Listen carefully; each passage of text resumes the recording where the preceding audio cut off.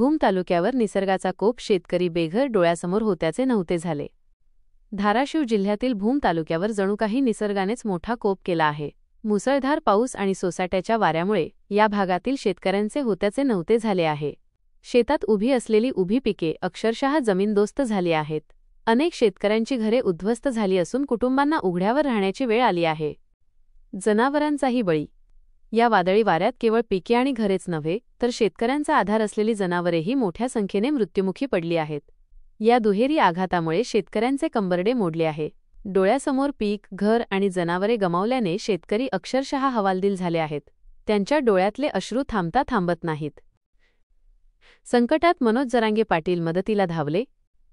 या संकटाच्या वेळी मराठा आंदोलक मनोज जरांगे पाटील हे शेतकऱ्यांसाठी देवदूत बनून धावून आले। आजारी असतानाही त्यांनी स्वतः नुकसानग्रस्त भागाचा दौरा केला।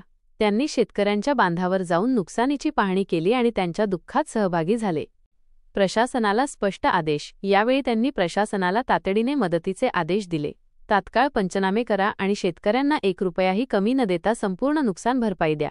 जोपर्यंत शेतकऱ्यांना न्याय मिळत नाही तोपर्यंत आम्ही स्वस्थ बसणार नाही, असा कडक इशारा त्यांनी दिला आहे। उपमुख्यमंत्र्यांचे आश्वासन, पण मदत कधी? जरांगे पाटील यांनी उपमुख्यमंत्री एकनाथ शिंदे यांच्याशी संपर्क साधला असून त्यांनी तातडीने मदत करण्याचे आश्वासन दिले आहे। पण आता शेतकऱ्यांच्या डोक्यात एकच प्रश्न आहे। सरकारने मदत देण्याचे आश्वासन दिले, पण ही मदत आमच्यापर्यंत कधी पोहोचणार? भूमच्या शेतकऱ्यांची नजर आता सरकारकडे लागली आहे। त्यांना लवकरात लवकर मदत मिळेल अशी आशा व्यक्त होत आहे।